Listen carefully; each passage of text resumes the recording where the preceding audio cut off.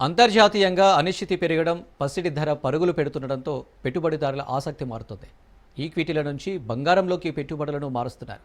సెప్టెంబర్లో గోల్డ్ ఈటీఎఫ్లోకి వచ్చిన నిధుల ప్రవాహం ఈ విషయాన్ని రుజువు చేస్తుంది.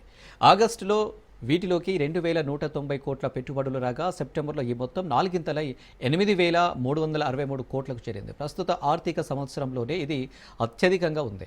దీంతో మ్యూచువల్ ఫండ్ల నిర్వహణలో ఉన్న గోల్డ్ ఈటీఎఫ్ల ఆస్తుల విలువ 90,000 కోట్లను మించింది. దీంతోపాటు వెండి ఈటీఎఫ్లకు గిరాకీ పెరిగింది. పెట్టుబడిదారులు వైవిధ్యం కోసం విలువైన లోహాల వైపు మొగ్గు చూపుతున్నారనే విషయాన్ని ఇది స్పష్టం చేస్తుంది.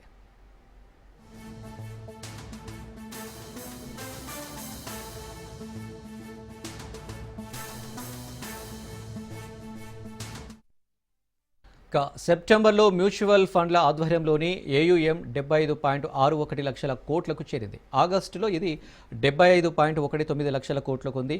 మొత్తం పోర్టుఫోలియోల సంఖ్య 25.19 కోట్లకు చేరింది. గత నెలలో కొత్తగా 30.14 లక్షల ఫోలియోల జతమయ్యాయి.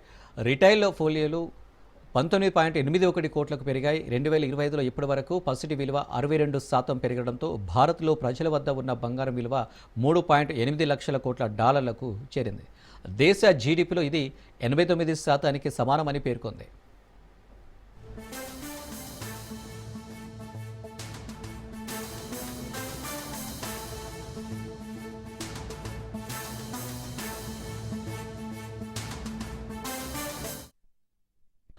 బ్యాంకులు తమ పోర్టుఫోలియోలో వ్యూహాత్మక మార్పులు చేశాయి. రిటైల్ పర్సనల్ గోల్డ్ లోన్ల వాటా అంతకుముందు 11% ఉండగా 2025 మార్చి నాటికి 18%కి పెరిగింది.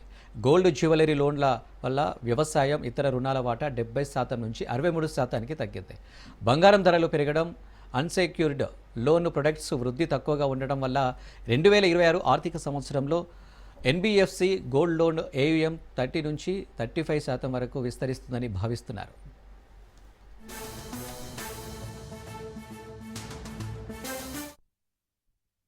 బంగారం ధర దాదాపు ఏడాదిన్నర కాలంలోనే రెట్టింపైంది. దీంతో ఆభరణాలు కొనుగోలు చేయలేని పరిస్థితి సామాన్య మధ్యతరగతి ప్రజలకు ఎదురవుతుంది.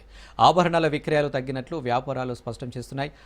ఇదే సమయంలో బంగారం ఆభరణాలు తనాఖా వ్యాపారం మాత్రం అనూహ్యంగా పెరుగుతుంది. ఆభరణాలు తనాఖా పెట్టుకొని అప్పులు ఇచ్చే సంస్థల వ్యాపారం శరవేగంగా విస్తరిస్తుంది. పసిడి ధర బాగా పెరిగినందున గతంతో పోల్చితే బంగారంపై అప్పుగా ఎక్కువగా సొమ్ము లభిస్తుంది. అందుకే ఎంతోమంది తమ అవసరాలకు ఆభరణాలను తనాఖా పెట్టి అప్పులు తీసుకుంటున్నారు. 10 గ్రాముల బరువు ఉన్న 22 క్యారెట్ల పసిడి ఆభరణాన్ని తనాఖా పెడితే బ్యాంకులు 70 నుండి 75 వేల వరకు అప్పు ఇస్తున్నాయి. బ్యాంకింగేతర సంస్థలు ఇంకా అధికంగా 80 నుండి 85 వేలు మంజూరు చేస్తున్నాయి.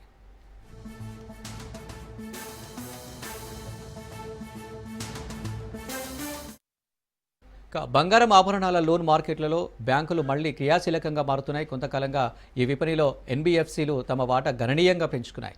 బ్యాంకులు కార్పొరేట్ వ్యవసాయ, వ్యక్తిగత రుణాలపై దృష్టి సారిస్తూ గోల్డ్ లోన్స్ ప్రాధాన్యం ఇవ్వకపోవడం ఎన్బిఎఫ్సిలకు కలిసొచ్చింది. ఇటీవల కాలంలో మళ్లీ బ్యాంకులు గోల్డ్ లోన్స్ అధికంగా ఇస్తున్నాయి. గోల్డ్ పెట్టుకుని బ్యాంకులు జారీ చేసిన లోన్స్ ఈ ఏడాది మార్చి నాటికి 18%కి పెరిగాయి. ఏడాది క్రితం ఈ వాటా 11%. ఎన్బిఎఫ్సిలు ఇచ్చిన పసిడి రుణాలు ఈ ఏడాది మార్చికి 2.4 లక్షల కోట్లకు చేరాయి. ఈ విభాగంలో ఏటా 41% వృద్ధి నమోదవుతోంది.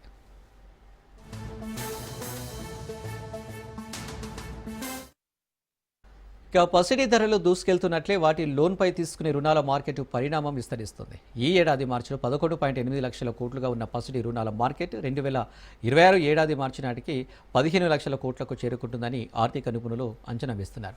2027 మార్చికి ఈ స్థాయికి చేరుకునే అవకాశం ఉందని 2024 సెప్టెంబర్లో సంస్థ అంచనా వేసింది. కానీ ఈ సంఖ్య అనూహ్యంగా పెరిగింది. 2027 మార్చి నాటికి ఈ విపణి విలువ 18 లక్షల కోట్లకు చేరుకోవచ్చని తాజా అంచనాలు పేర్కొంటున్నాయి.